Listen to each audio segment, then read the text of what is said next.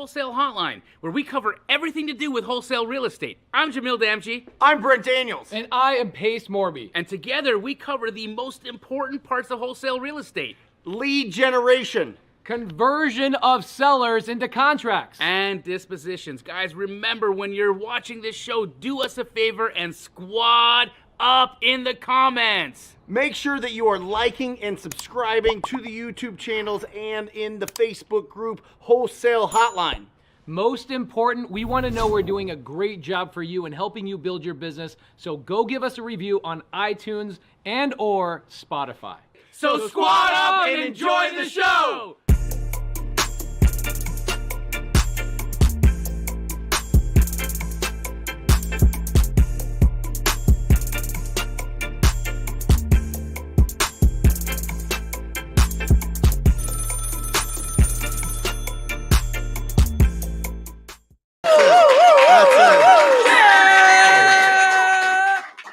Welcome to Wholesale Hotline number 201. I'm Brent Daniels, Mr. TTP, Mr. Talk to People, and sitting next to me is Pace, subto Morby. Pace, Happy New Year. Happy New Year. Love you, brother. Love you too. Coming on 4 years of doing the show with you. That's right.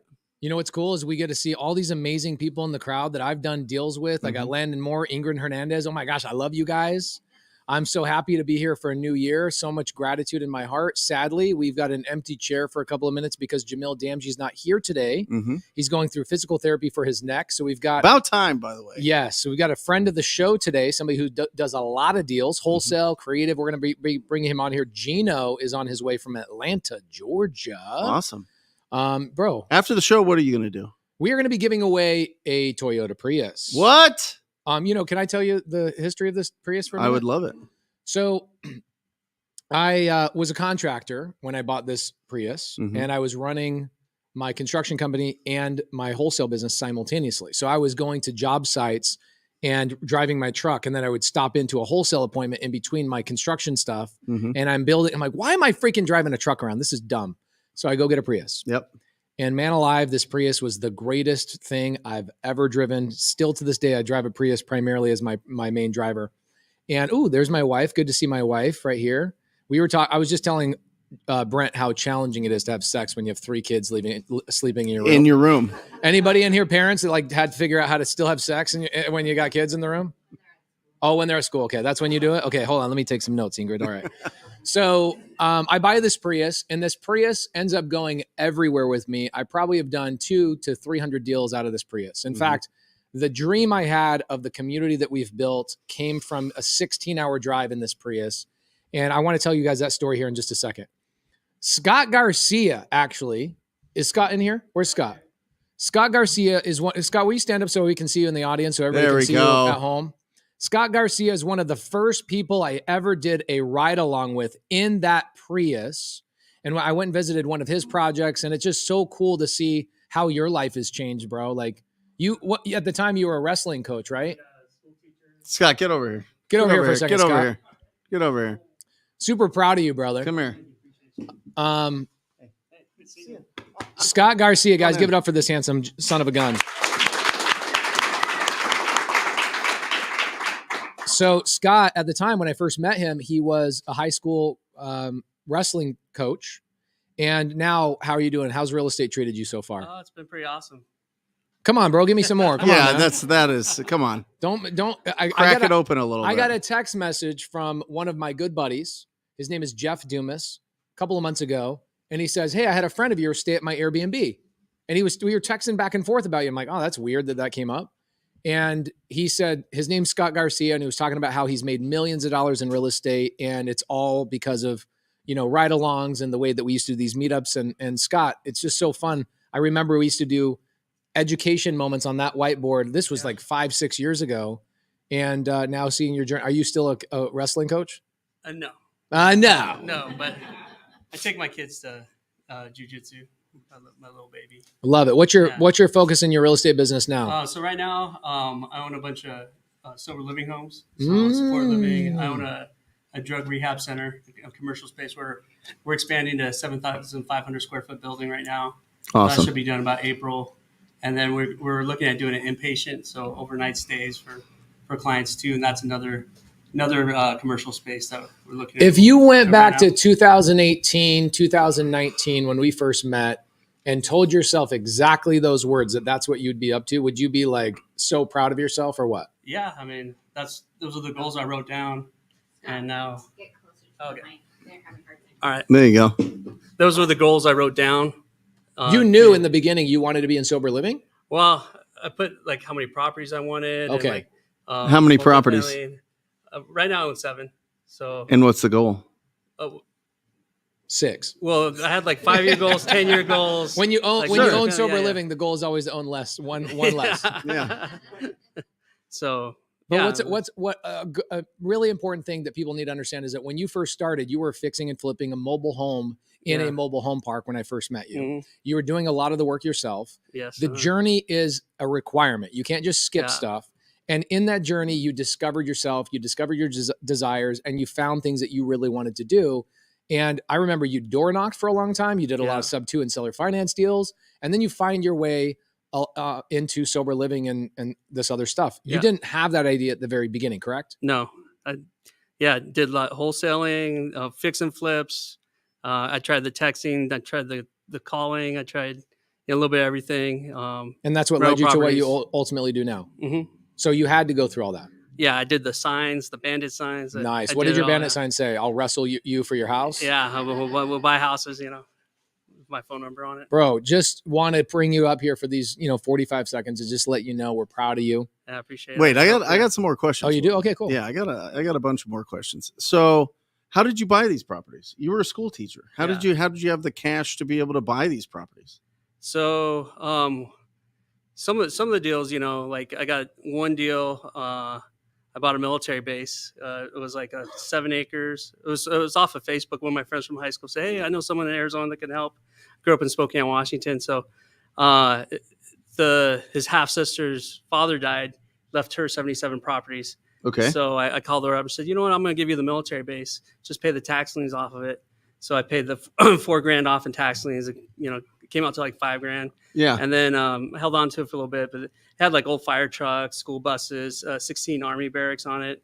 And then I did another wholesale deal. So did you sell that then? I sold it, and then I did another wholesale deal. I made about 60. I made $60,000 on that. So I made about $100,000. That's what I was like. $60,000. How much were you making as a wrestling coach? As a school teacher, $74,000 a year. 74. And Yeah. the wholesale deal, how'd you find that? Do you remember? Door knocking. Yeah. Door knocking. Yeah, it said do not knock, and we went and knocked. No soliciting. Yeah, It said, no "Do not soliciting. Dog will knock?" attack. Do not knock. Go away. So you rang the And then- doorbell. Yeah, rang the doorbell. Yeah, it doesn't say that. The grandma just died like a few months before, and I was like, "You looking to sell your house or rent out?" Yeah. My grandma passed away. We're looking to sell it, and yeah, it's kind of by your office when I took people door knocking. Oh my gosh, the Yeah. good old days. Yeah. The good Why old why days. did you knock that door? We were knocking every single door in the So you hit neighborhood. every door, Yeah. and that specific door somebody answered, Yeah, he's like, and one conversation led to 60,000. Yeah. Come on. Give it up. Give it up. Give it up. And he sold an army base. yeah. It sold an army And I base. bought another one for like $10 out in AJ, a trap house. Sold Right. for $92,000. So you bought a house for $10 $10, yeah. and sold it for how much? 92,000. Okay, how'd you do that? So just word of mouth. Like I was teaching school, and I used to talk about real estate to the other teachers. So Yeah. one of my buddies said, "Hey, my brother just got out of jail. He was talking to the neighbor, said, I want to buy your house. Mm-hmm. I lived across from the parents. And so he went over there, shook the guy's hand, said, I want to buy this. How much? 50 grand. Okay. And the guy kept getting arrested for being on his own property. His family owned a Hershey's chocolate. The mom had died, left him like 600 acres worth of property. Yeah. And that was one of the houses. So he said he started a party 6 years ago. People have stayed that did drugs and He started a party 6 years ago. People were Never still ended. never ended. Never ended. Love it. So he kept getting arrested. He got arrested like 4 times for being on his own property. And so he's like, well, I was going to lose the property anyway. My buddy's like, what happened to the guy that I was going to buy for? They go, he got arrested today. Yeah. So he bailed him out of jail. So I went, I helped him through the probate process. And You're like, I have $10 for you. Well, They're like, I'll take it. I was just doing it for free to help him out, you know. Right. And then after 2 months of them not listening or getting a contract, finally I went over there. And then he's like, let's just split this 50-50, you and me. So we bought the house for $10. It's amazing. Sold it for $92,000. It's amazing. Wow. I got my real estate license. Give it up for Scott Garcia.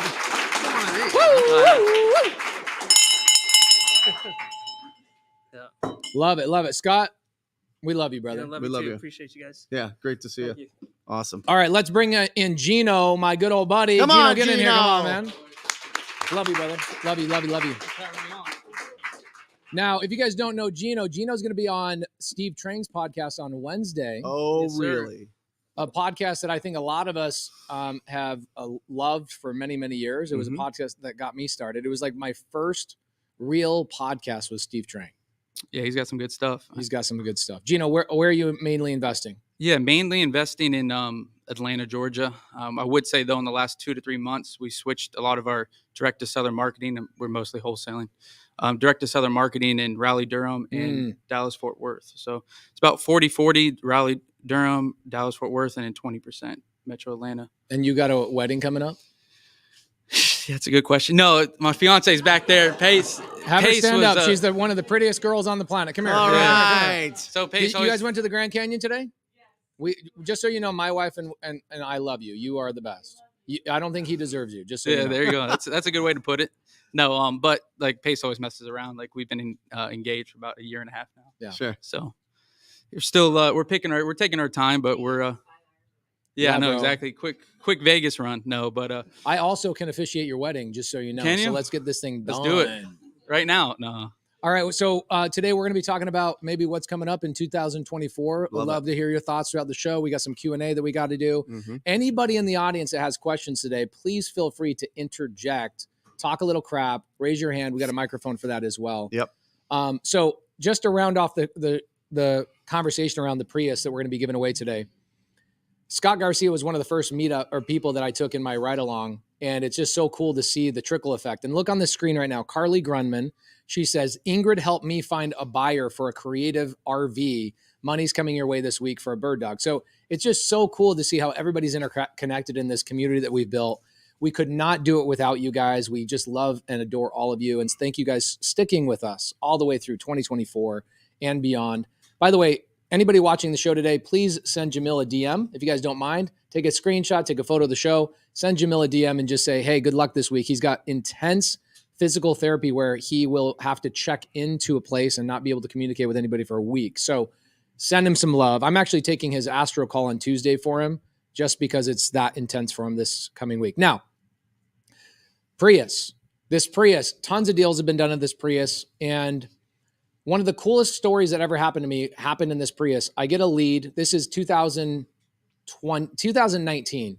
And I was still kind of going on appointments. I think it was on the tail end of me going on appointments before I just got all the way out of it.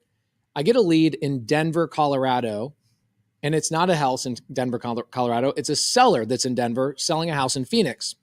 I strike a price with him, and it's like Wednesday morning, and he says, all right, I will do the deal with you. Meet me at my house, and let's get this deal done. I go, well, I don't live there, so I'll have to send somebody to your house. He goes, no. That's not going to happen. Don't email me. Don't do anything. If you're not going to meet me at the house, eyeball to eyeball, I'm not doing the deal with you. And I was like, no problem. Now, this is before my free Facebook group. This is before we had this podcast. This is before we built a community of people that are helping each other from across the freaking country. And it's so cool to see what we've all done. But a big part of that started from this story. So I go on a website that calls themselves a community. It's just a forum. And I went on there and I said, I need somebody's help in Denver to be my joint venture partner. And it was nothing but criticism of, why don't you have your real estate license, you freaking wholesaler, blah, blah, blah, blah, blah. Typical bullshit. So sorry, no kids in here or a couple kids? So I go, oh man, that sucks. I get no real positive response. The next day, Thursday morning, I get a call from a guy named Steve. Steve calls me, goes, hey, I saw your post on this forum and I want to help you out. I live in Denver. I can go meet the seller. Let's get this deal done. What do you want to do? I go 50-50, bro. You go get the contract done. I already have the buyer. We'll split the deal 50-50. This guy is just an old school kind of dude. He will not sign unless somebody goes up there personally. And I just don't have the time to get on a flight and do the thing and blah, blah, blah. And at the time, if you didn't have somebody in our community, how the heck were you doing a deal? Think about this. How are you doing a deal 5 years ago without our collective communities, TTP, Subto, Astro? How are you doing that? You weren't doing it out of state, I'll tell you that. You were having a really hard time. Yep. Here's what happened. I get a call, not from Steve, because Steve starts ghosting me. Had the appointment at 1:00 in the afternoon. Steve's not texting me. I get a call from the seller. Mm-hmm. And the seller calls me up and goes, hey, just want to let you know, your good old buddy Steve came over here. And he had the printout of what you put on the website saying you're looking for a JV partner. And this guy tried to rat you out. And I'm sitting here, oh my gosh, I'm caught with my pants down. Oh my gosh, this seller found out I'm just wholesaling the deal. And I go, well, why are you calling me if you and Steve just did the deal? He goes, I told you I would do the deal with you as long as you met with me eyeball to eyeball. And so I go, wow. And he says, look, Steve actually is paying me $1,000 more than you. I'm like, this son of a Stevie, man. Stevie. Freaking screw Steve. So he says he's going to pay me a little bit more money. I won't sign with him until I know you and I are not doing the deal. Are you going to get up here and we're going to do this deal face to face? Part of me, like 5% of me thought this guy's going to kill me. Like something bad's going to happen, right?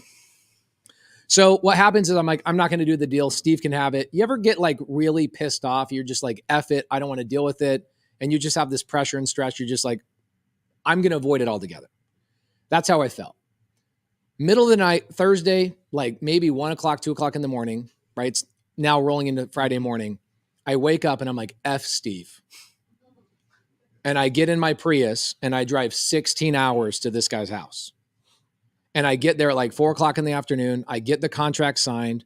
I'm walking out like triumphant, like Rocky Balboa, you know? This isn't just Denver. This is like Denver plus 2 hours up in the middle of nowhere. Dirt fields, all that kind of stuff. I get the deal signed.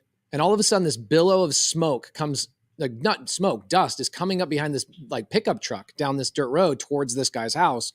And I'm standing here like, oh my gosh, this is the only road out. This guy's speeding like 80 miles an hour on a dirt road. This guy's going to come and kill me. Like this is going to be some hillbilly, like Children of the Corn type of stuff, you know? This guy gets out, jumps out of his truck and puts his hand out.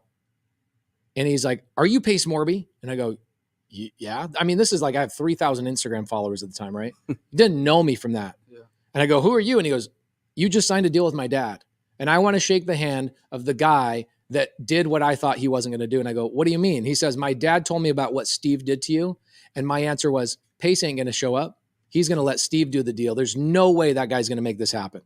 And when my dad told me you were driving up here because you couldn't get a flight in enough time, I had to come and shake your hand for blah, blah, you know, this whole thing. And I'm like, oh my gosh, F Steve. I just am like, yes. And I just felt like I won. I get back in the Prius and I drive 16 hours home. And I'm sitting here thinking, why is it that there's no community in real estate? Why is it that I have to worry about somebody snaking a deal? Why is it that I can't go bounce around the country? Like Ingrid, you've bounced around the country multiple times. You go I'm in Ingrid's, not Ingrid, but I'm in Landon's Airbnb a couple of weeks ago up in Montana. You go stay at other people's houses all over the country. No matter where you go in this country, if you're part of this community, you've got 100 friends in every single city. And a big part of that vision and that dream came from driving home in this Prius and voice memoing myself idea after idea after idea after idea. And when I got home, one of the first ideas I had was, I'm going to create a free Facebook group. I'm going to do this. I'm going to do that. We're going to create like a real community of people that I can JV with all over the country.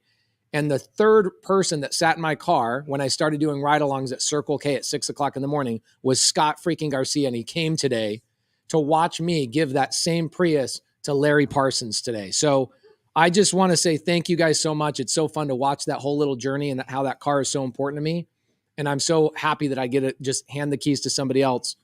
We went and played golf the other day. Landon, you, me, and a handful of other people went and played golf. Gino, why haven't we played golf recently, bro? I got my clubs. All right, we're playing. He's ready to go. How long are you going to be here? Thursday. Okay, good. We won't be playing. I'm too busy. Yeah. But backyard, man. Backyard stuff. Okay, so we go play golf, and I go to the community. I go, hey, who wants to come play golf with us? And we get 8 people together. We have a blast. We did a little 4-on-4 action. I owe Landon, I think, $180 or something like that. Maybe it's more. It's probably more. And we're dispersing into the parking lot the other night. And everybody's going to their cars in the golf course parking lot except for Larry. And Larry's hanging back. And I'm like, bro, what's going on? He's like, oh, I'm waiting for my Uber. I'm like, what do you mean you're waiting for your Uber? And he says, I don't have a car. My car engine blew up. And I'm like, well, how are you getting around? He goes, I spend like $30, $40 a day on buses and Ubers and this, that, and the other. And I go, dude, I'll take you. Take him there. I've got my son with me. On the drive home, my son is like, Dad, we should give a car to Larry. I was like, we should give a car to Larry. So Larry, we love you. Proud of you. You're working hard. You need momentum. Everybody needs momentum. And I just want to say thank you to everybody in the community for helping each other. That's what this is all about. So welcome to Wholesale Hotline 2024. Heck yeah. Here we go.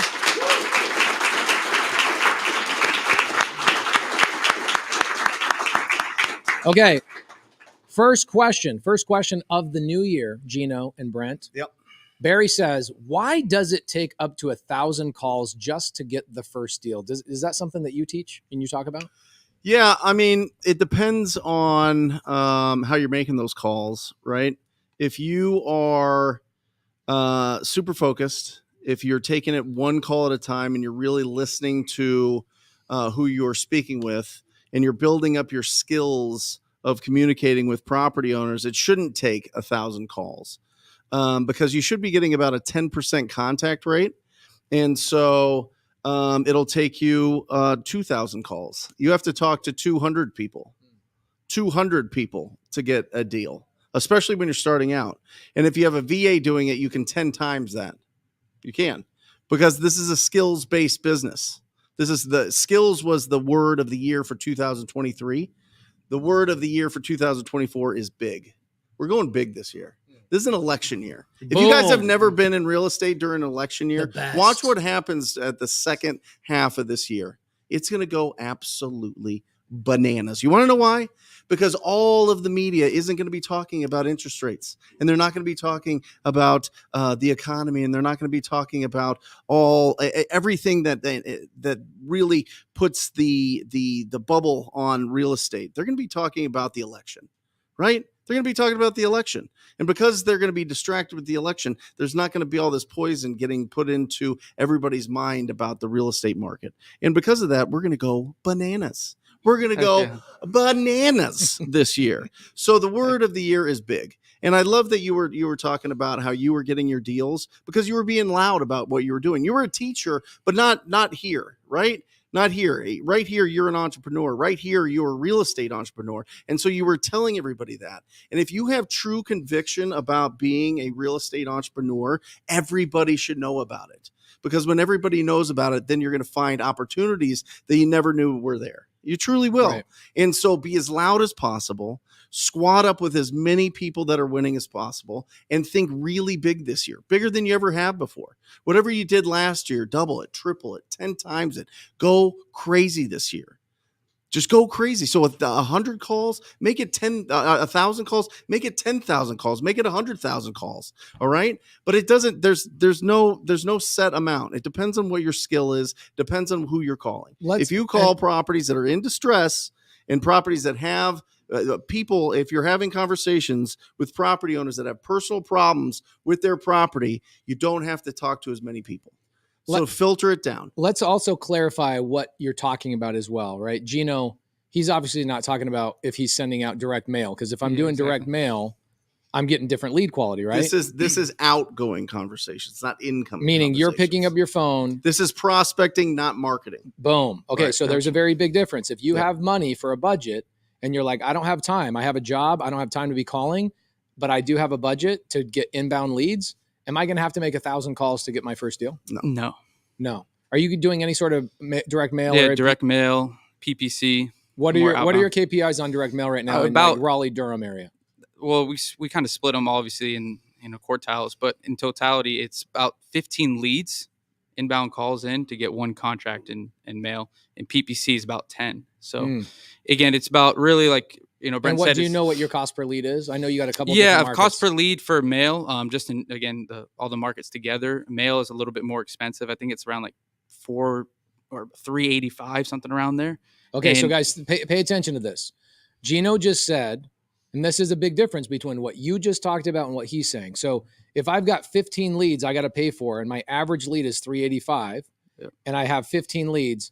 That means my cost per contract is $5,775 per deal. Mm-hmm. So if I'm brand new and I don't have $5,775 to gamble, then you got to go this route. You got three ways to get leads, and that's the start of this whole business.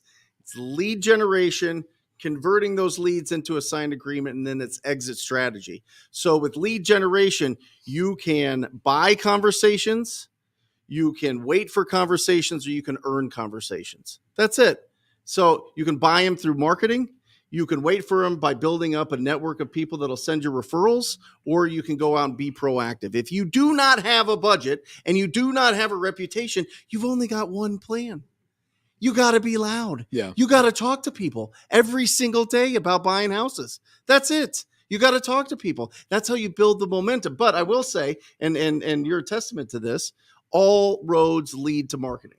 And I think all roads lead to pay-per-click, to be honest. I think all roads lead. And what you mean by that is that pay-per-click. the only way to truly scale a wholesale business long-term is to Yes. have pay-per-click. Yes. In the beginning, you're using multiple lead generation strategies because you're based on budget or maybe time allocation, or maybe your acquisition team is not ready for you to spend a bunch of money on them, whatever it may be. But as you scale, you're going to have to go inbound leads primarily. And listen to this. I did the stats of 2023, all of the deals that we did.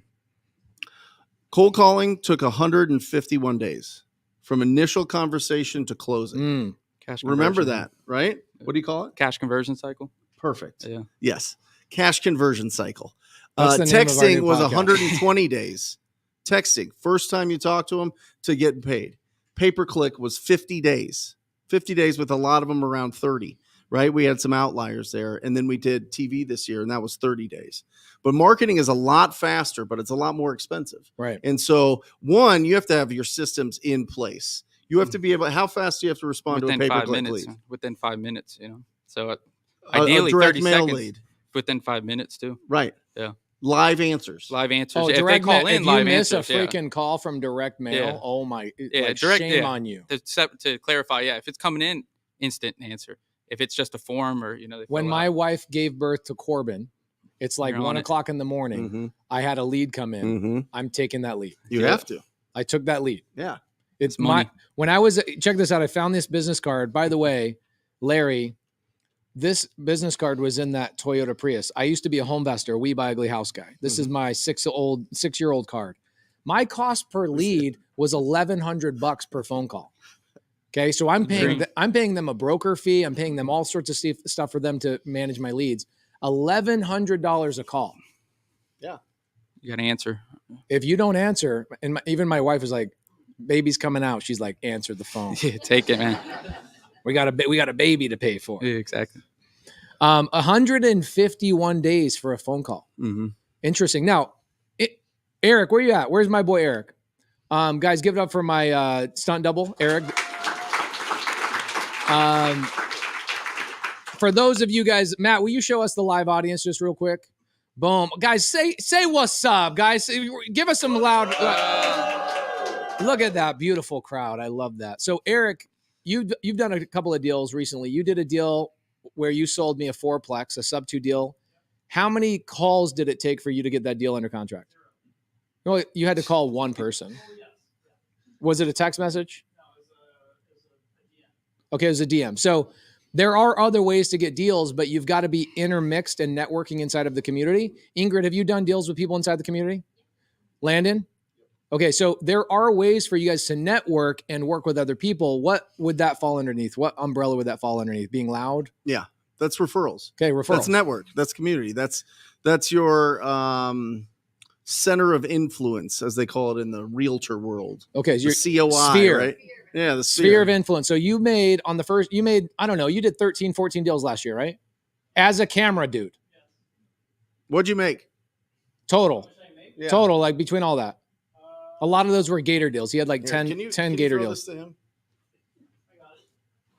Don't get your lime smelling hands all over our thing. Him and I just had a bunch of There we go. tacos. I was gonna say, doesn't he eat a bunch? Oh, he eats I- so much, bro. I would say, I don't know the exact figure, but I would say probably 20, 25 grand 25 grand. total.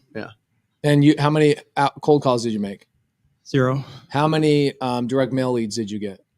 0. Okay, so that falls under referrals. Yeah. Right? So there are other ways to do this. So the people that are like, I have to make 1,000 phone calls. You don't have to, but if you're trying to build a business and you want to go that way where you actually have built the skill of getting out there, 1,000 calls, I think that is probably very appropriate. There's just three different ways to get leads. What are the What three else ways? are you going to do? Knock doors? Send out some text messages? Maybe. I don't know. But at some point, you're going to have to communicate. Yeah. At some point, you're going to have to communicate. Yeah, I think.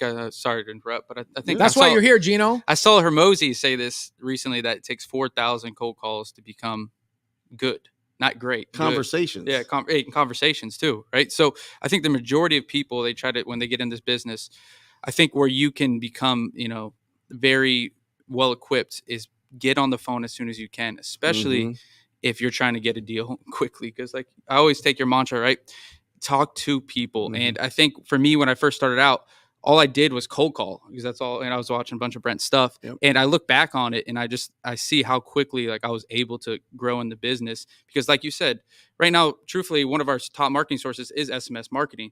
But at the end of the day, you got to get them on the phone and talk to them. Sure. Right. So I think it's a very good skill to have and to learn, especially when you're starting out, just trying to talk to as many people as possible every single day, as many as possible. Well, and if you set it up so that you have your list, you have your phone numbers, you put it into a dialing system, and you just press a button, you don't have the opportunity to have creative avoidance. Right? Exactly, yeah. It doesn't sneak in. You're like, oh, well, I got to organize this list and I got to do this and I got to go check the Facebook group and I got to go clean my desk. Maybe, I got to do all these things. You just go Gotta in watch another and you- Hermosi and you push video. a button. Yeah, exactly. That's it. Got to lift. In the beginning, be as dumb as possible. I'm serious. Be as dumb as possible. And I have this conversation with a lot of students throughout the country that are really smart, really intelligent people, and they just can't take action because they're just crippled by too many thoughts going on. And I'm like, stop it. Clear it all out. Just talk to 5 people and ask them if they would consider an offer on their property and see what happens. And then talk to 10 and then 20 and then 50. That's how you start building it up to the point where you have a budget and you have systems and you have talent to be able to take all these incoming leads and convert them into great opportunities. Can we talk a little bit of shit about Jamil's strategy of getting leads? Sure. Okay, give it up for Eric, guys. Hey! Okay. Jamil's not on the show. Best. So He came right in front. He's like, get me on that. he's the camera. best. Come back. He He's the loves best. cameras. We love him. Okay, so let's talk about direct to agent versus direct to seller. You're Yes. obviously direct seller, direct to seller. I'm always been direct to seller. Where is direct to agent more appropriate for a newbie and direct to seller more appropriate for a newbie? Let's talk about that, Gino and Brent. It's hard because Is like it you said, budget? I've always been direct to seller. Yeah, I would say obviously it's a lower cost to free cost to acquire those, retail leads. I think it's obviously one way you can get started in the business. I just think like we've been talking about a little bit to scale up and to grow and to become, making it a true long-term business. Again, not to be on Jamil, but, make it like I'm saying, just like a long-term way to keep bringing in leads and you can control it. I mean, that's obviously where you got the retail side of it, or excuse me, you got the direct to seller side of it. So, I mean, I think starting out though, it's very good to build relationships and just talk to people, right? So, I mean, that's a good way to, obviously talk to as many agents as possible because not only do they have sellers that want to sell, they might have buyers in the future. So I'm not, again, by no means denouncing the strategy of talk, direct to agent, but I think in terms of what I've seen and other people and peers that I've talked to, it's just in order to scale a business, I think it goes back to just spending the money on marketing from direct to seller. Personally, Brent, what's your thoughts? Yeah, I mean, it's still talking to people. It's still having great conversations. I think it's really smart to build at least, imagine if you have 30 agents that trust you and like you and know that you can get the deal done, that send you one deal a year. Just one. Even in tiny markets, the average is 10,000 a deal. So it's 300,000. You're like 80% of the way to being the top 1% income earner in the world. Just by having 30 agents to send you one ugly house a year. So, I mean, it's, I don't think it's either or. I think it's and. Yeah. And I think if you want to focus on that, you just make sure that you understand that agents are going to want to use their contract, their purchase agreement. So they're going to use the realtor agreement. They're going to want 1% for earnest funds. Yep. They're going to want proof of funds, and they're going to want to know that you know what you're doing. And they'll probably want to try to get you to their title company or their closing attorney, depending on what state you're at. So, there's some more hurdles to go through there, but it can be wildly beneficial. I think you need to build up your referral database as big as you can. And whether that's just a reputation that you could sell other people's deals. I mean, Jamil's big. The reason Keegley's so big and does more deals than anybody is because they help everybody else sell their deals. Exactly. And they've got great relationships with agents in each of the markets that will send them opportunities because they either don't want to put it on the market or they just want to work with them. So I think it's both. You know, I think if you're looking at where do I start and what do I do, what do you feel more comfortable with? If you feel more comfortable having a conversation with an agent because you are an agent or you've been around agents, great. If like going into scary neighborhoods and scary houses is super intimidating, then go direct to the agent. You know what I mean? I mean, some of these properties are rough, are really, really rough. You have to feel, safe. You know what I mean? I agree, though. Like you said, I think there's both ways. I like the and with it, building relationships because, like we talked about, especially in Jamil's model, right, is that if you're co-wholesaling, you're selling to other people. Agents can be a great source to bring leads and also to sell them, like you mentioned, or you can sell. Here's where the challenge arises. Okay, the challenge arises when you try to go beyond yourself, and you try and go beyond yourself in your business. You go, I need to have acquisition guys. Yep. When they are relied on to go build the relationship with the agent, that's where things get really muddy. Mm-hmm. It's the same thing when I was working with probate attorneys. You remember Rylas Dana, Yep. amazing probate attorneys who've been on the show multiple times. I go build a relationship as the owner of my business with another owner of the business. Awesome. The second I pass that relationship on to one of my employees and my acquisition people, everything goes south. Exactly. And so the scalable model of that is very challenging. Whereas when I spend the money on marketing for my direct to seller business, it's like tried and true, and all the raw material just keeps being put on that conveyor belt. And my acquisition people have people to talk to that we don't have to worry about developing this credibility and all this kind of stuff. And the other thing about agents, I don't know when that agent's going to have another deal. I have no idea. Right. Well, and again, we're in a market now where people have been able to get deals off the MLS. Right. We went for like a 4-year run where that was not possible. Right. That just wasn't happening. Things were going way too fast. Properties were selling way too fast. Agents were Over dealing retail. with anything. Oh my gosh. You didn't see the property. You didn't walk the property. You don't know how to communicate with your offers. You're just sending in offers to agents. Get out of here. Yeah. There's no way. Right now, There's no way. Now, in the last 18 months, it's been okay, but it's going to start. if you go direct to start seller right eating now, here's the question. If I want to get a deal tomorrow, Yeah. what am I doing? Okay, Gino, think about it. Brent, think about it. If I want to get a deal tomorrow, you drop me anywhere in the country. I don't care what the state is. I don't care what city, county it is. I'm going to do one of two things. I'm either going to call expired listings direct to seller immediately, and I'm going to go through for a subto or seller finance deal, assign that bad boy, make $10,000, $15,000 in less than 24 hours. Okay. Truly can be done. And Andrew McGuire, one of our students, I just bought a fourplex from him. He's spending his time just calling 30, 40 leads every morning from expired listings, call the sellers directly, get the agents out of the way. If I'm going direct to agent, I'm calling agents with 100 days on market or more, and I'm going to go do a filter on PropStream that says that they've got a low interest rate mortgage. I'm going through for a creative finance deal. I know I can get a deal that day. I just know I can, especially the way the market is now. What about you two boys? How are you going to get a deal today? I would say same thing or similar as I would, wherever you drop me, I would go to the closing attorney or the title company's, office or one of, right, their office. And I would go there, ask them for a list of pre-foreclosures, ask them for canceled deals. Yeah. Ooh, Other canceled wholesalers, deals. right, that go to those people and they get their deals canceled. Oh, bro, right? 'Cause you they know can't how many of those? We just had a deal that we were working on, a deal just canceled. So what you're saying is you call the title company and say, have you had any deals that you guys open escrow, Exactly. spent your team's because they already time spent on? money on it, and so they want to get paid, right? And the only way they get paid usually is if they close. So reach out to those title companies, closing attorneys, in Georgia is a closing attorney state. Text them, cold call those sellers, and usually, what do the closing attorneys or title companies have already? They got the seller's info. Right. They got who maybe potentially would have been the buyer, but they backed out. I mean, they already got a lot of the pieces of the puzzle for you there. And so if you go in there and obviously try to provide more value to the seller, hit, a little bit more of the pain, solve more of the problems, whether that might be some creative financing that needs to be done or whatever it might be, right there. Boom. I love that. What about you, Brent? I'd find a smaller market. I'd go on Zillow. I'd look for sale by owners, and I'd start making some real low offers. I love real low or creative. Right. If the price is too high, that's fine. I can get you your price, but it'll have to be in payments. Right. Are you open to payments? Right. No. Okay, great. Yes. Okay. Here we go. Now, knowing your guys' skills at your skill level, Yeah. we could do that in 24 hours. Somebody that's brand new, having somebody maybe by their side, you think they could get a deal in their first 48 to 72 hours? If they had someone by their side, yes. Okay. And if someone with experience, right? Okay. I believe they could. Love it. Good question right here. Facebook user, I wish I knew your name. He says, how do I structure a subto deal if the mortgage is not assignable or maybe breaching covenants and the mortgage company finds out? Then there was accelerated payments, and guys, it's called the due on sale clause. Just type in Pace Morby due on sale clause on YouTube, and I answer like 90% You've of never answered it though. I've never answered You it. keep skirting this thing. I dude. keep skirting You it. gotta just I- answer the question, bro.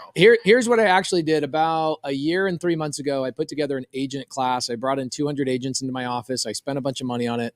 I brought in 2 attorneys, my closing at my escrow officer who I've been working with for 10 years. And we did a whole class on the legalities of creative finance. I brought in somebody who helped write the Dodd-Frank Act, and we taught a class for 6 hours. Guess what, guys? DM me on Instagram right now. I will give you that 6-hour class. You can watch the whole entire thing. Be bored out of your freaking mind. Just so you guys know that nothing about creative finance is illegal, and the due on sale clause does happen. We currently have a due on sale clause that we're dealing with right now. Anybody in here dealt with the due on sale clause yet? You haven't done you guys haven't dealt with one yet? Property I lent on recently got theirs. Okay, but they solved it? Not yet. Okay. They're working to negotiate. Okay, cool. Perfect. So the due on sale clause is not a myth. It's not the boogeyman. It does exist, but it's very rare, and there's a very, very simple way to overcome it. Just FYI. Really good questions in the comments today, guys. But before I go back into the comments and give them some love, anybody in here need to be picked apart in your business? Anybody need a little bit of guidance? People are like, I'm scared, dude. Think about it. Let it simmer, right? And then Get some courage. Kill the do lizard. one of these things. Yeah. Why are you expanding, by the way, Gino? It me about wasn't that. necessarily. I'm expanding markets, but the Right. reality is our marketing spend is staying the same. We're just targeting. We're a fully virtual wholesaling company. So Well, you are. what I figured out, and not for 5 years, I've been told stay in your market, stay in your market, stay in your market. And I've been the one telling people, we help a lot of people. You do So, have a good market. yeah, Atlanta is a great market, but what I started to see more, and especially when you get into these bigger marketing sources, PPC, direct mail. I ran TV for 2 years. Mm-hmm. When you got certain competitors in the market and more open door, offer pad that are creating cost per clicks up to $800,000, more than San Diego, more than I have a pretty well They're experience doing that in Georgia? in Georgia. Damn. And so what we quickly found is like, all right, we have the team built, the capacity, right? We have a virtual team. Why don't we go in here and just start last year, actually at the beginning of 2023, let's just start a little bit, pull 50,000 records in Dallas, Fort Worth area.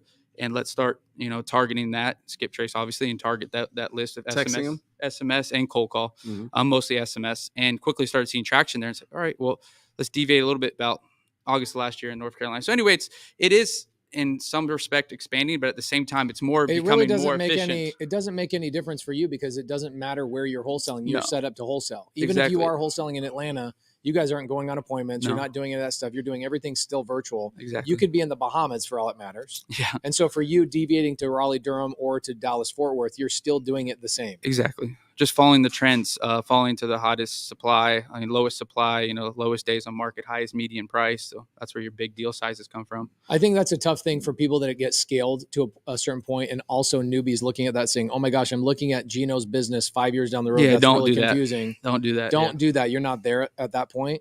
But everybody's the same way. It's like even if you're a framer, right? Let's say you're a framing contractor. You don't go to one lumber yard the rest of your life and get your lumber Exactly. from there. You're bouncing around, getting priced out, and you're saying, "Oh, these guys are raising their price. I'm going to jump over here. I'm going to build a relationship here. Exactly. You know what? I'm going to go over to this state and I'm going to get a better thing here. I'm going to buy in bundle."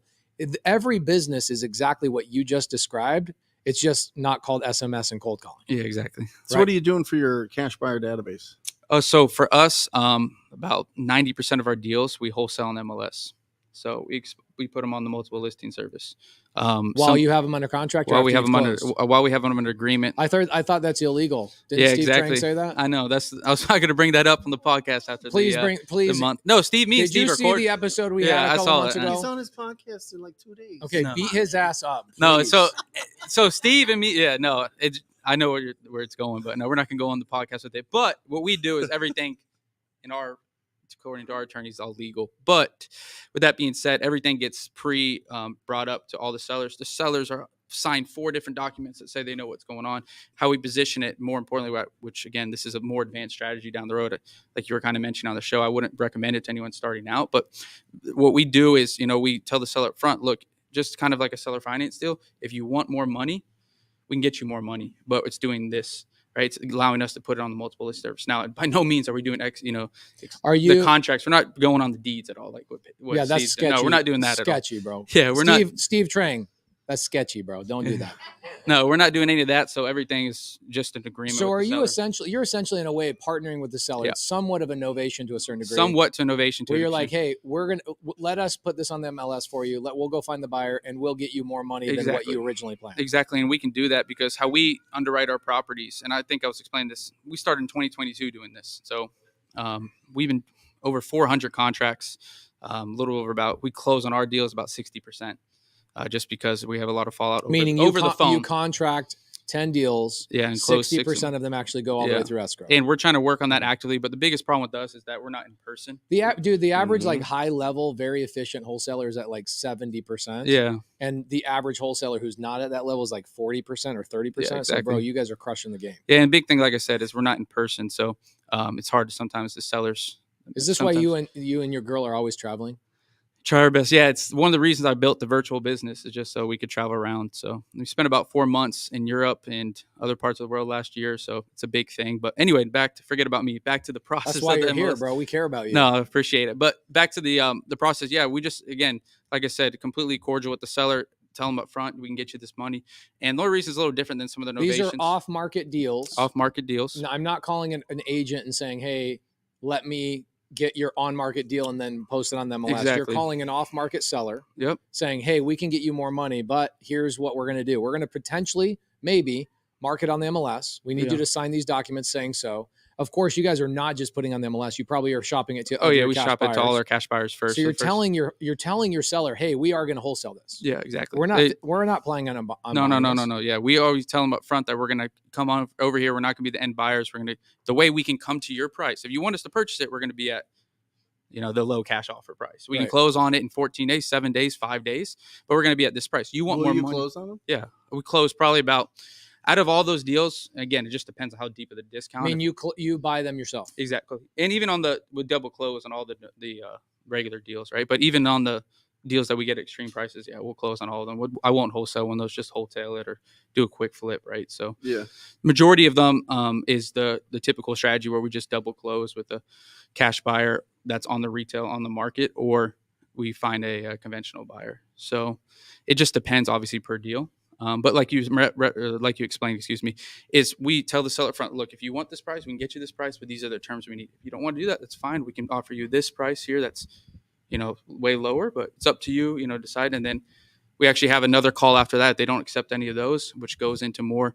I'm trying to train my AM director. It's a hard thing to do for me because I got to be a better coach. But then on that, if they don't accept that call or that offer, any of those two prices, then they'll go ahead and come back and do a survey call. This is a good thing for everyone. If you have any team or any more than one person on your team. My wife used to do this exact thing for me. Yeah, so we call that person back, and our AM director actually does it, and our acquisition director that runs the acquisition department, he will call the seller back and say, hey, just want to check in how Gino did on his call with you. How did he represent the company? Truly like a survey of what that acquisition manager did. And then at the end, because the seller's guard is down, not to go on a tangent, but because the seller's guard is down because they're talking to a customer service representative that happens to be the AM director. The AM director pitches a creative finance deal or pitches another, strategy so that the seller, again, their guard's down. They're not talking to a salesperson. That survey person comes in there and offers a different strategy. So then we'll go into some creative finance, something we're still working on. But this is one of the things I had. I saw somebody YouTube the other day. They go, Austin Zabak, actually. I'll just say his name straight up on the YouTube channel. Somebody will DM him. I like Austin, so this is not a criticism. But he says, people are talking about how all these creative finance deals are doing, and I see all these creative finance they're doing. They're saying wholesale is dead.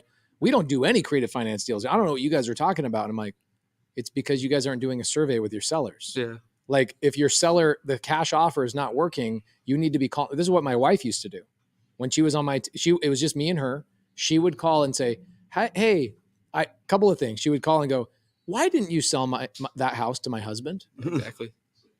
And they would say in the beginning, when I sucked at follow-up, they'd go, well, because your husband said he'd follow up, but he didn't. So I sold it to this other person. And my wife go, oh my gosh, why didn't you follow up? You should have followed up. I'm like, oh my gosh. Now you're in trouble. I'm in trouble.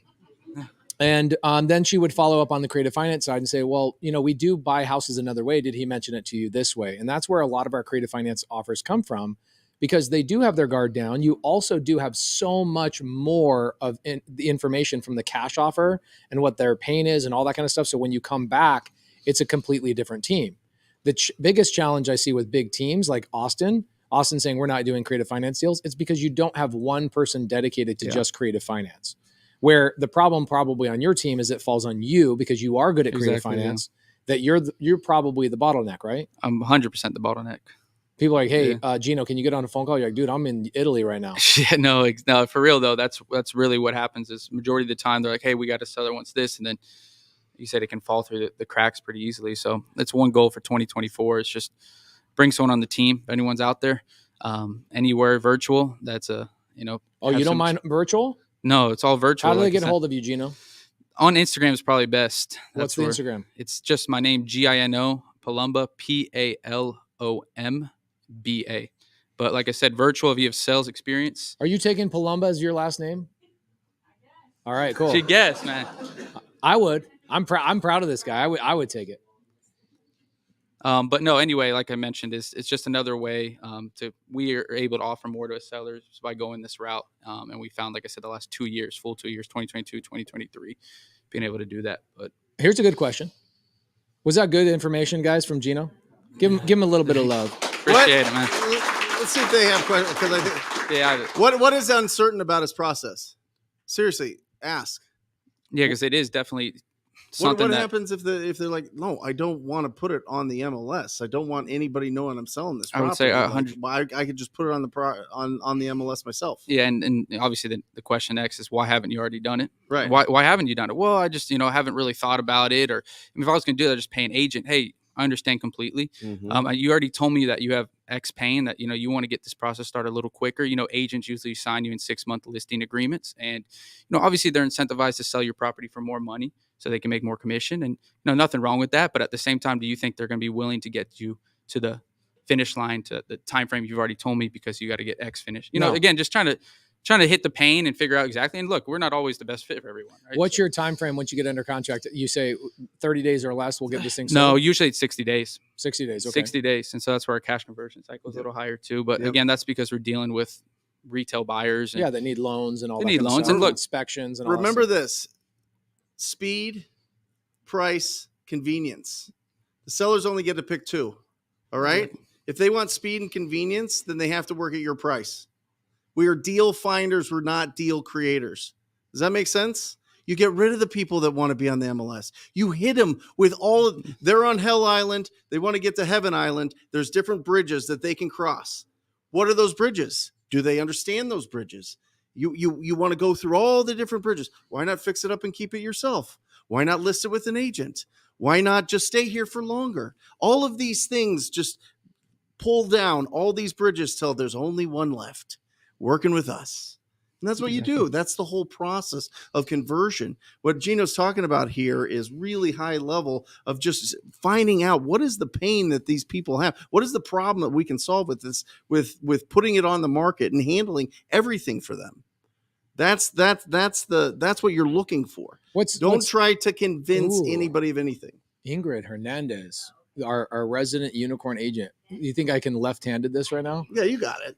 It's like 5 feet. Kobe. Oh, jeez. That was so bad, bro. Oh, my gosh.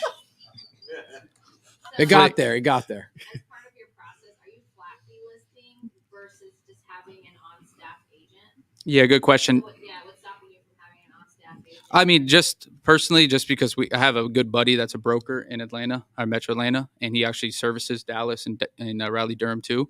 So I just pay him a flat fee per month. It's actually like a subscription fee. And I just pay him a flat fee and list as many properties as I want through him as a broker. Gino, why haven't you come into the subto community and told us this? I need to do it. I got to do a better job. Okay. It's my fault. Right after you guys get married, we're going to get this done, okay?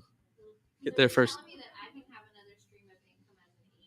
Having a flat fee subscription exactly with wholesalers who might need expired listings and or specific searches that I can make available to them. That's genius. Exactly. Okay, cool. Awesome. Thank you. HernandezData.com. Ayo. Ayo. So what are you paying the buyer's agent? you'd still What are pay you the paying then? 3%.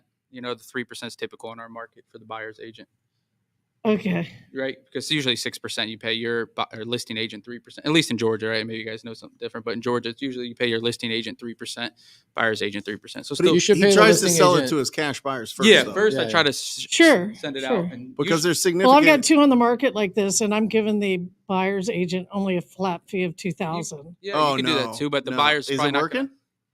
Huh? I mean, if it's working, then do it. But in this well, market, this is the first 2 that I'm trying, so that's what Are you I'm getting trying to get nibbles some on feedback. on the thing. Are they biting? Yeah, I'm getting. Yeah, I am Okay. getting some bites. Where is it Oh, then located? there Is you it go. over here? PA in Florida. Oh, PA. Gotcha. Yeah, no, I what's mean, the just price point? There. Well, it's at 75%. No, I mean, what's the actual list price? Oh, 235. Yeah, it's pretty low. People in PA and Florida can live on $2,000. They're fine. Yeah. maybe I don't know about Florida, but You don't even need teeth to live in PA. Yeah.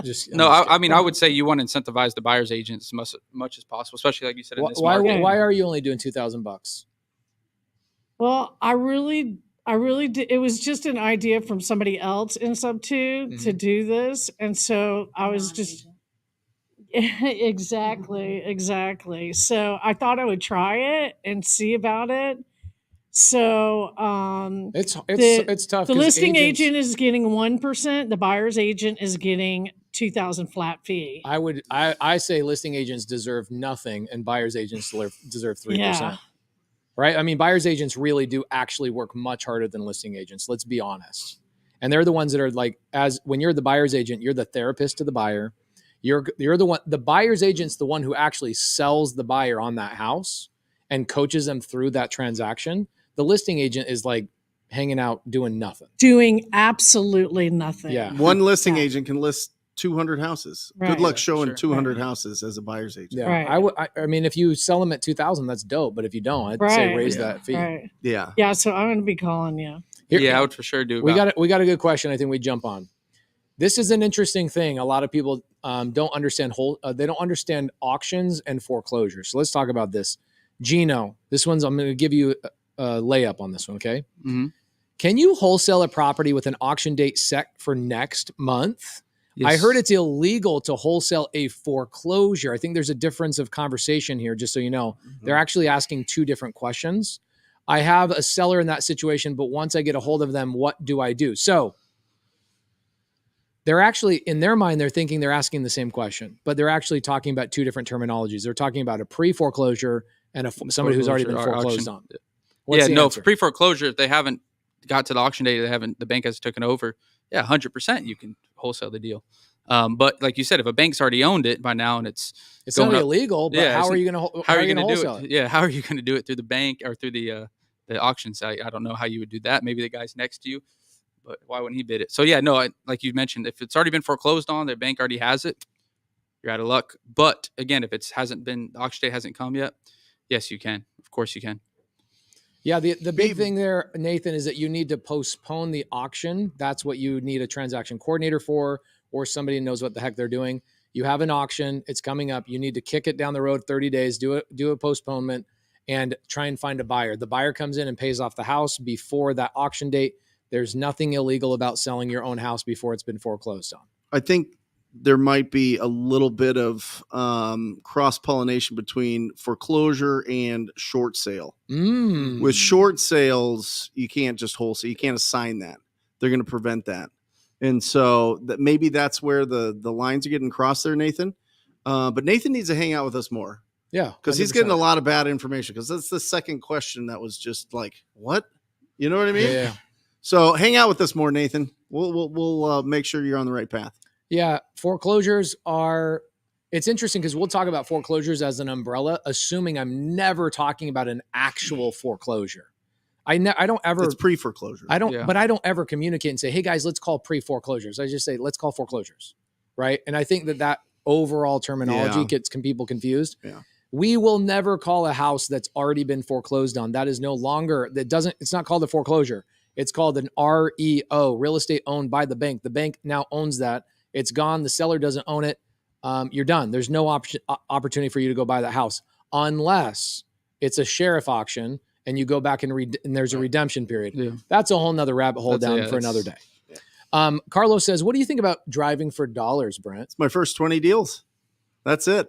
Started with a beat up car, driving around with plastic on my back window because hail. Remember the hailstorm of Oh 2010 my gosh. or whatever? kind of That car was it? bananas. It was a Lexus. like a sand colored Lexus. Yes. There it is. But it was it was from 2000. It was a 2000 ES 300. And the back windows got blasted out by these big hail, by hail, because I didn't have any money for covered parking.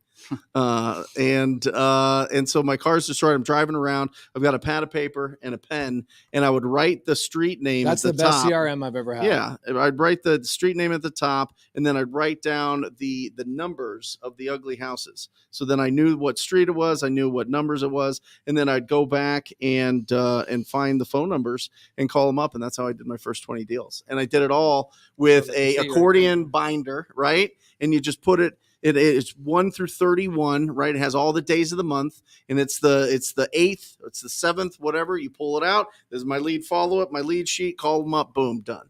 I think the biggest I made $1 million that way. What? Heck yeah. $1 million, my first I ring $1 million. that bell right there. I did Wow. not put any of my leads inside of a computer. Did you buy a new car? Yes, I did. Okay. I bought a Prius. You did? I did. Yes! Prius, I really did. Yes. Yeah. Driving for dollars. The biggest misconception I get with driving for dollars is that they think it is a lead generation tool. Right. It's not. It is a List, list building tool. Right. It's building a list, because once I get the list, Brent, what do I have to do? You have to call them. So You have to talk to them. That's the You have lead to have generation. a quality conversation with the property owner. Yes. It's crazy. No. And the more you do it, the more successful you will be. Every financial problem you have is on the other side of you having a quality conversation with a property owner. Yes. That's it. That's it. Everything, every finance, any kind of debts, any kind of like weird confidence that you have or don't have, it's all solved by talking to people every single day. That's it. Ooh. And if you want to text them, great. If you want to DM them, fantastic. If you want to get into a network, a community, and do deals that way, You still great. have to talk to You people. still have to talk to people every single day. And if you do that, you are guaranteed to win. It is undefeated. It is invincible. If you talk to enough people, you will do deals.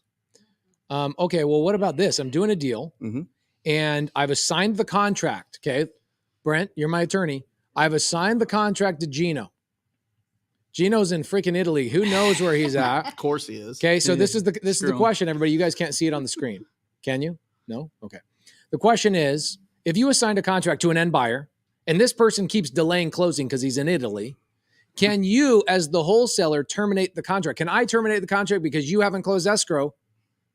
Attorney, what do you say? It depends. Oh, of course, that's the answer. That's what every attorney will say that Well, for it every question that you'll depends. answer. That it depends. That's a classic. But if it's in your assignment agreement, sure. Okay, here's a couple of things that you do. If I have a wholesaler that's not closing on the deal, because if you haven't closed on the deal and you keep kicking the can down the road, Do you and have verbiage in your assignment agreement? yes, Right. the here's the thing. If I assign a deal to you and you don't close on time, here's how I legally cancel the contract if you are ghosting me. How do I do it? I can't just go, all right, I'm going to go sell to somebody else. That's not how this works. I have to cure. Mm-hmm. I look at my agent, my Hernandez agent right here. Cure notice. I have to send an email to title or the closing attorney and say, hey, Gino has been MIA for 3 or 4 days. I'm going to send this as a cure notice to let him know I'm giving him 3 more days to come and close the deal. Otherwise, we will just assume he's canceled the contract. Now I can legally go sell that somewhere else because I have cured. Now, even if they have a memorandum, here's the beautiful thing. If you, Gino, put a memorandum on the property that I'm wholesaling to you and you ghost me, as long as I have a cure notice, here's what I do. I go to my attorney and I go, reach out to Gino and get that memorandum removed. Yeah. I canceled the contract. It'll cost you a couple $100. We had Sean St. Clair come on Wholesale Hotline, I think 9 months ago, and he told a story of exactly how that happened. I sold the property to somebody. They ghosted me. I cured them. They avoided me. And then I went to go sell it to someone else, and they had a freaking memorandum on the house. Mm-hmm. And so I had to get my attorney involved. They removed it. It took about 3 days, and it cost me about $400 or $500. Remember that the purchase agreement it lays out the relationship between you and the seller, Okay. The assignment agreement lays out the relationship between you and the buyer. All right. This is all that the title company or closing attorney is going to look at to understand what is this relationship. They don't care about emotions. They care about black and white, what is on the purchase agreement and the assignment agreement.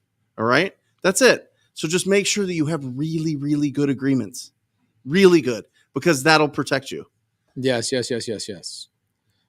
here's Jamil. He's in here today. He says, and this could be Brent, though. This could be Bobby. I don't know who it is. Jamil built the largest wholesale business around scaling direct to agent. It's very, very scalable. Yes, Jamil, we know that.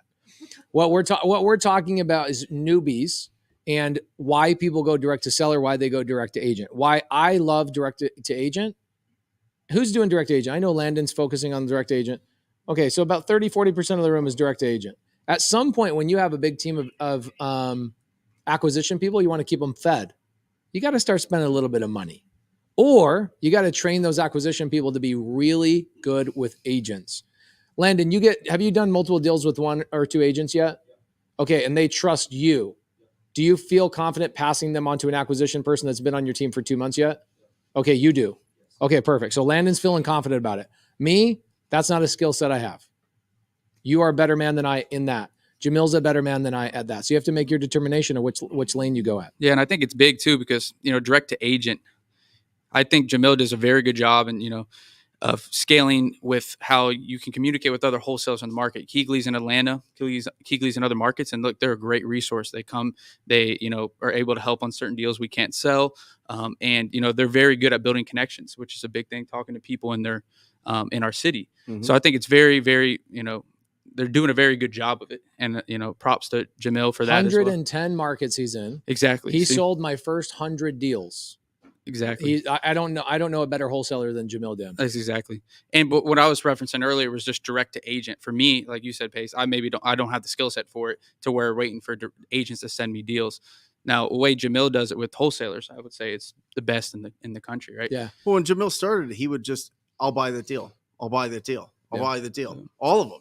He was just hoovering up all the deals. I'll buy the deal. He didn't buy the deal. No. I mean, he would if he had to, but he was just wholesaling it. He had the best cash buyer database. There you go. So remember, it's lead generation, conversion, and then exit strategy. There's only 3 exit strategies. You buy and hold, you buy and flip, or you assign your rights to whatever agreement that you have. That's it. So if you're not able to assign that deal, you need to find somebody who you can go to help you assign that deal to a cash buyer. You don't get paid. Okay, so boys, what are we doing when a seller ghosts us? Because that's never happened, right? You've never had a seller just completely ghost you. I wish. Many times. What do we do, Gino? What do we do, Brent? Usually what I do too is I have a cure period in my agreement as well for the seller. But more importantly, what we try to do is first trying to, as much as possible, communicate, text. Knock their door, maybe. Knock their door, go right to their door, like you said. Contact family on Facebook, contact them on Facebook. Try to, before we get any legal action involved, then you obviously got a demand letter that gets sent out. We use Brian Locker that works with Sean. He's so great. Yeah, so great attorney name. Yeah, Brian Locker. Yeah, no. I think you change your name to Brian Locker when you become an attorney. I think so. More, it's a given. And same thing with like St. Clair, Sean St. Clair. Yeah, he feels trouble then. Pace St. Morby. Yeah, there you go. That'd be cool. Attorney at law. There you go.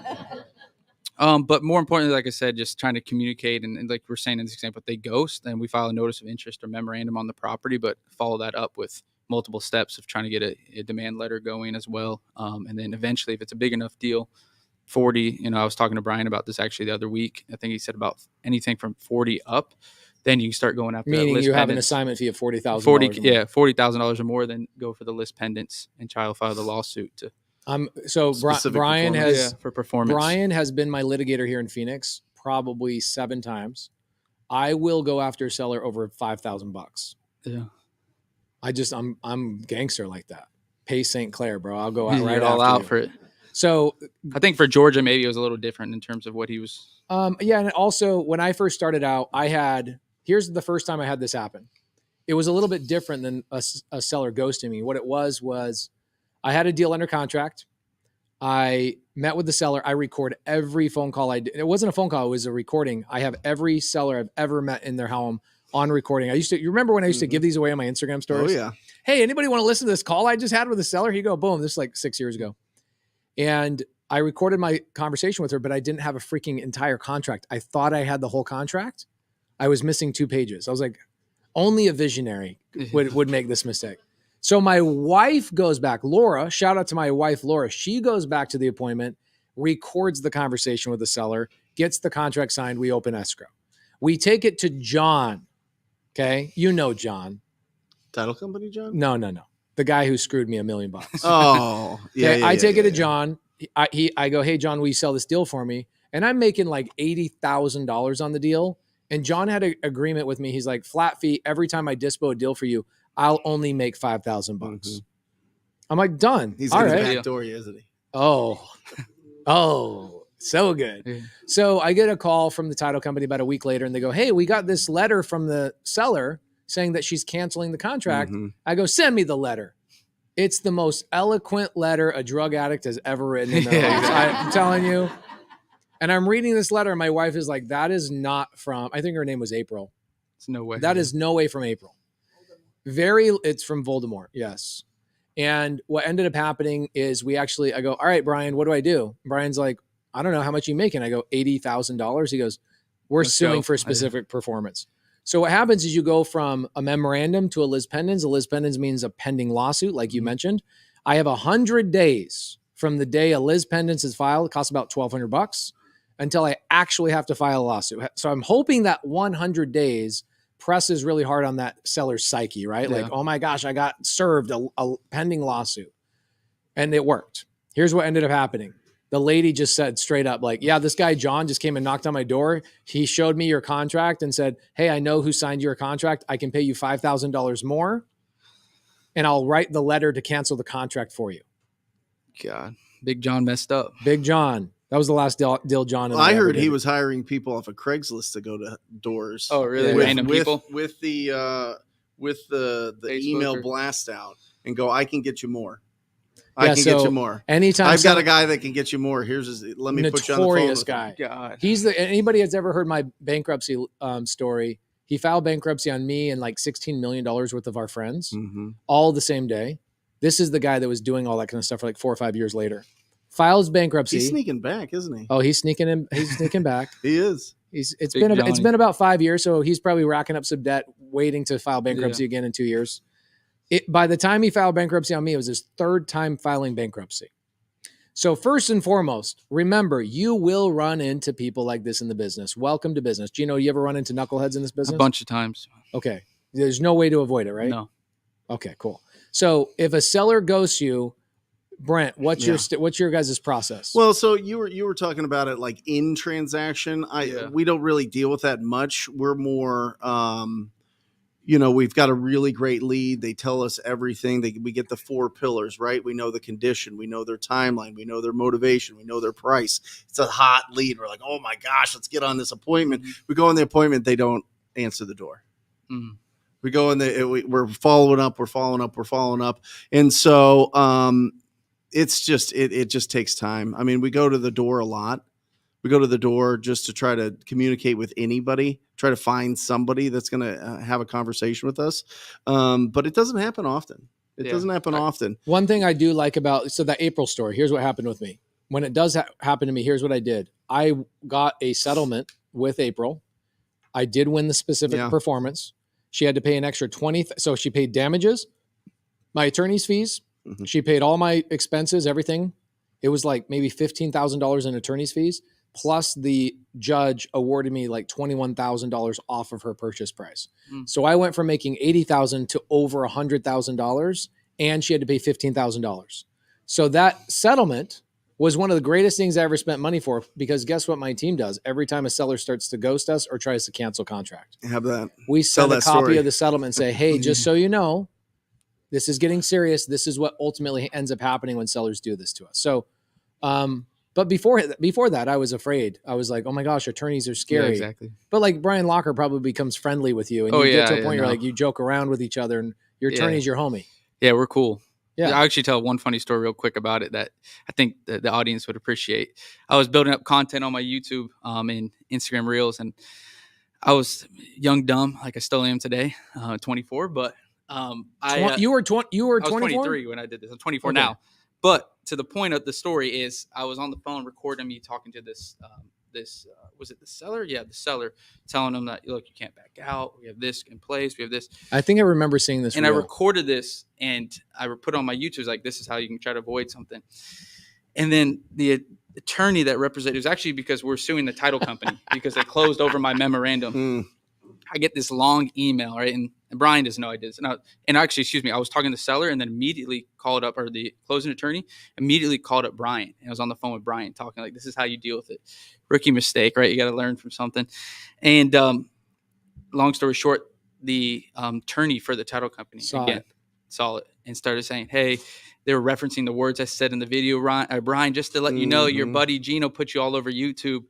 So me and Brian had some good conversations about certain things, but yeah, the good thing about Brian is he has a YouTube channel and a podcast, so he's chill about that. Yeah, stuff. He was chill. He was just like, don't do it again. Don't put that out. Oh my there. gosh. I used to call sellers on live YouTube probably 4 or 5 years ago. And then one time I'm on a call and I'm live. I've got 300-400 people watching me on YouTube. And the seller's like, hey, am I on YouTube right now? Yeah, see right there. I'm like, no, why would you say that? Yeah. And I'm like looking at the camera like, oh shit. Yeah.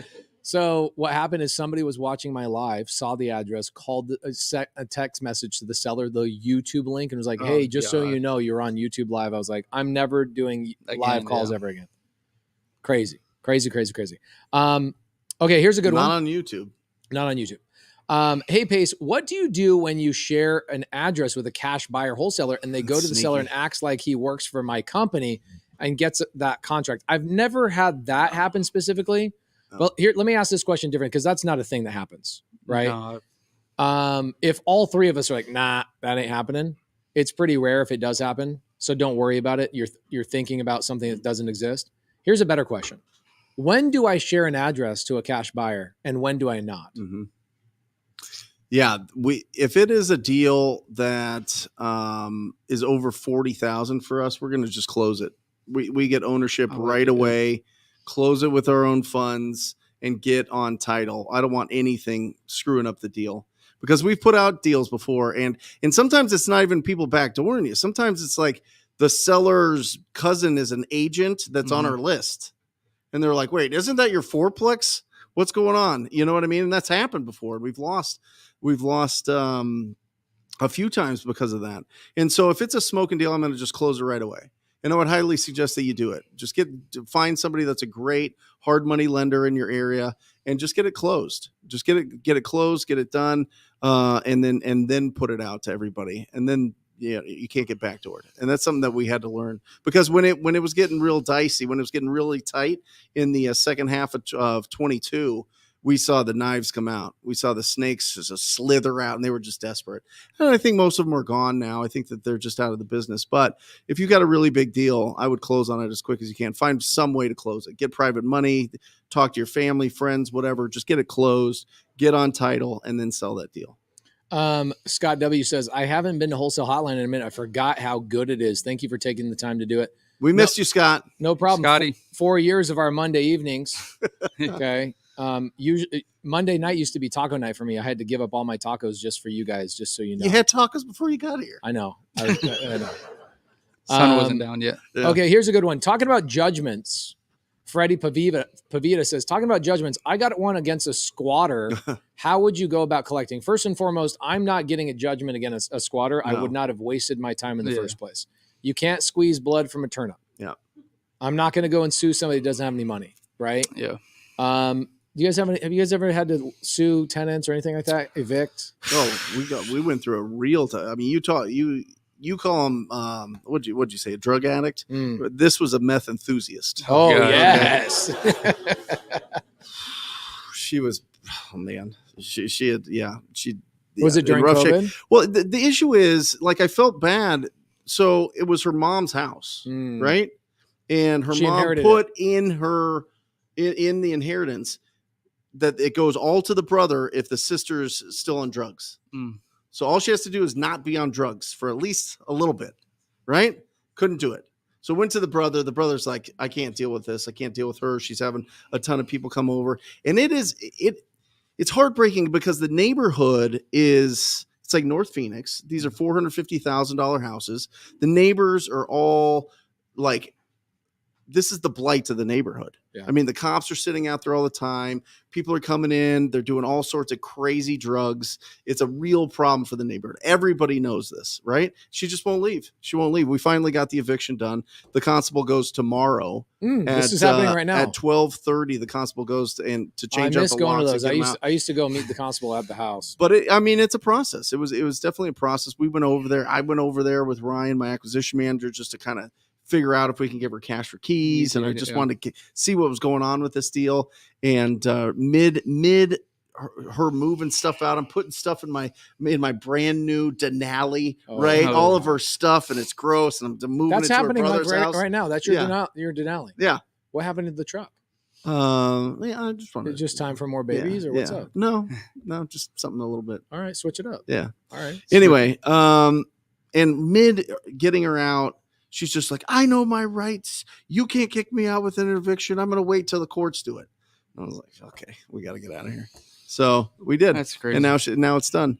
But did the constable just? We sold it. We sold it this morning. We closed on it for $241. Sold it for $283. Nice. Yeah. So, and it was only $995 for the eviction. That's it. That's it. How long did it take? 2 weeks. What? 2 weeks.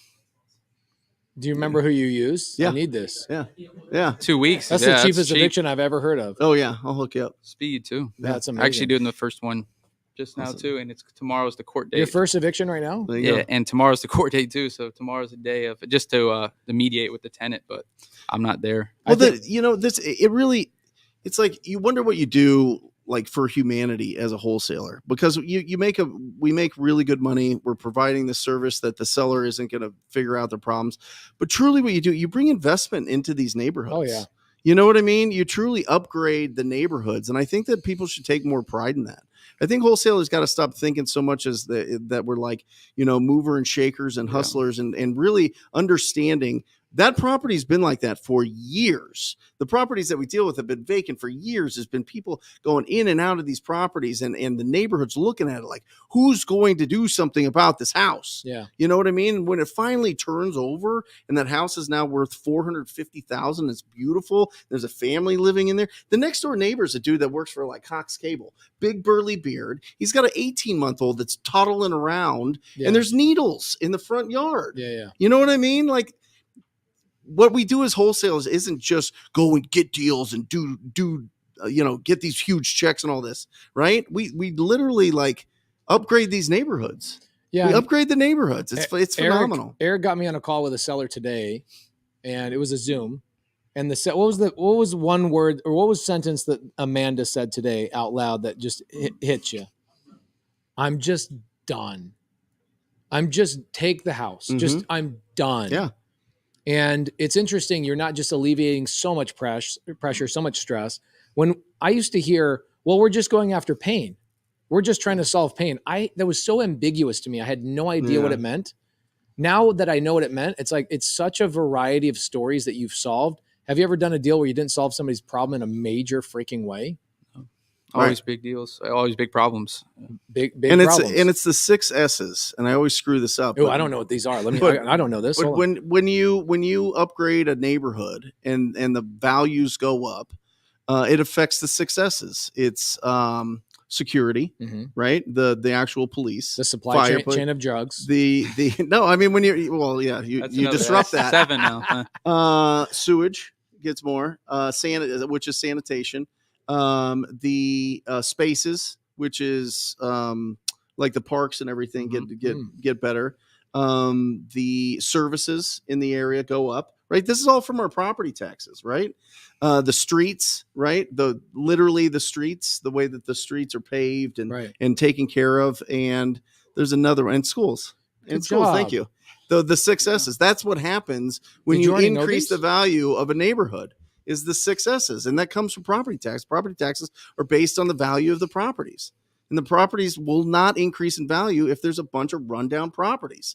So when we go into these communities, we're increasing all of those things by bringing investors to that deal.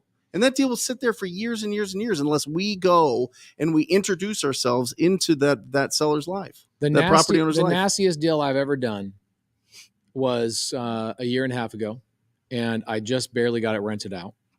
Took me a year and a half. Mm-hmm. I buy the deal. I'm traveling around with Jamil. A wholesaler sends me a deal, and he goes, "Hey, I've got this deal. Do you want it?" I go, "Drop the price." Actually, I go to Jamil. You think this is a good price? Still to this day, I use Jamil as a crutch all the time. Hey, you think it's a good price? He goes, tell him to drop at 30 grand. It's a great deal. I go, drop at 30 grand. It's a good deal. And they drop at 30 grand. Mm-hmm. I buy the deal. The problem is the seller says, do not disrupt my tenant. Mm-hmm. You have to close the property with my tenant in it, and you have to deal with the tenant. Right. That's why we did the $30,000 eviction, because Jamil's like, dude, this is going to be a crazy eviction. They're not paying rent. Mm-hmm. Okay. So I decide, this is really smart of me. I'm going to put this on the TV show. We're going to go and talk to this tenant on A&E. So, oh my gosh. Did it air? It was so bad. There's no way. There's no way they're airing that. But I thought it was a really good idea. It was not a good idea. We go to the property. Her name is Mercedes. Does anybody in the community remember this Mercedes call? Anybody remember this? No? Okay. Wow. I ended up calling this lady Mercedes live in the subto community. She was my tenant. You remember this? Oh, Shady Mercedes is what we called it. Shady Mercedes. Mercedes. We called it Mercedes. She had been living in this property for 30 years, not paying rent. Yeah. Not paying rent. Finally, the landlord is like, I am so done with this. I'm about to die. I just want to sell the property and just be done and give the money away. I go and I talk to the tenant. I go, hey, my name is Pace. Here's the deed. I now own it. I just want to let you know I'm probably going to do some cash for keys for you. She's like, yeah, right. I own this property. I've been living here for 30 years. I have this, that, and the other. I have all these rights. Adverse possession. And adverse possession. Mm-hmm. Had to get an attorney involved. It was not fun. She claimed all sorts of things. It took about 13 months. And when my contractors went over there, it was like 14 dumpsters. It was crazy. And there were homeless people running an OnlyFans account in the backyard. I'm not lying. I'm not exaggerating. He saw the video. All you need is a phone. All you need is a phone, guys. It's content. Content's content, you know? They're getting loud. You got to get loud. You got to tell people what you do, you know? So, the market for everything. It was so Apparently. bad. The whole neighborhood, it was homeless people like all around there that were all going over there and doing nefarious crap. And the lady next door, she came over after we renovated the property. We turned it into a pad split. So now there's 7 residents living there, just all, renting by the room. And she came over and she said, hey, I have a daughter. And we were trying to move out of the neighborhood for the last year because of how bad this house was. And we just want to say thank you for cleaning this up. And I go, no problem. That's what I do. Next neighbor comes over, does the same thing. Next neighbor comes over, does the same thing. All within 30 minutes, I had 4 neighbors come over and say thanks. Yep. Yeah. Yeah. Now, it sucks. Sometimes this business can suck. Yeah. And that property now makes $1,500 a month, which is nice. But you will deal with this kind of crap. You'll deal with all sorts of things. You'll deal with shady people. But has anybody been in business where you don't deal with shady people and you make a ton of money? Anybody? No? The biggest deal we did last year was a divorced couple. Ooh. And she had 6 months to, she got the property, but the loan was in his name. She had 6 months to get the loan out of his name, either sell the property or refinance. She didn't make any payments for 11 years. So her ex-husband made payments at the house that was hers, that he was on a loan for 10 years. And then was like, you know what, this is, I'm going to just let it foreclose. And so we were after like, 10 years of payments. So we go, hey, listen, this dude. Hey, listen, hey, we'll help you out. We'll hook you up with an attorney. You go and see if you can get. And he got the property back in his name, and sold it to us for what he owed, which was nothing, right? But we had to deal with his. Wow. The ex-wife. You had to get her out. Oh yeah, living there rent free for 10 oh years. Yeah, it was rough.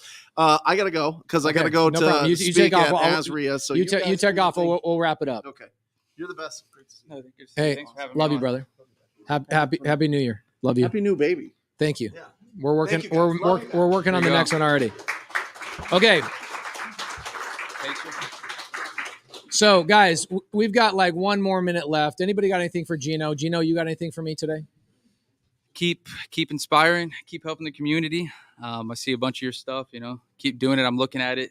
It's motivating me, your daily plans. When's the first baby coming, bro? Come on. To be determined. I'm going to treat you like one of my Mormon friends. It's like, get married, Go start quick. having babies. Let's go. Let's go. Quick, go quick.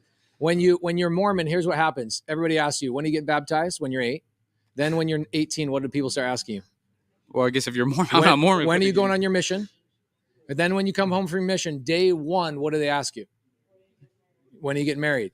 Then the second you get married, what are they asking you? Kids.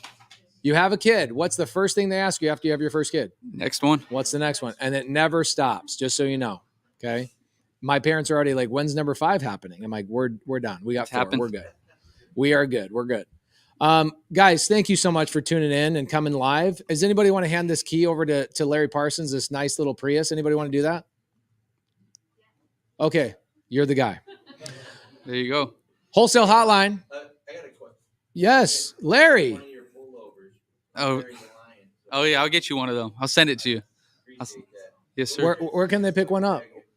Well, I don't have it for sale. It's just the companies, but my Instagram is Gino, Gino, Palumba, Palomba. But yeah, I'll send you one. I got a couple left. So you're going to be on Steve Trang on Wednesday? On Wednesday, yes, sir. Going to be live? I don't know if Steve's doing it nowadays, but yeah, I don't think Steve knows what he's doing nowadays. I got to give him that little Stevie. jab. All right, guys. Wholesale Hotline. We are out. See you guys next week. Peace.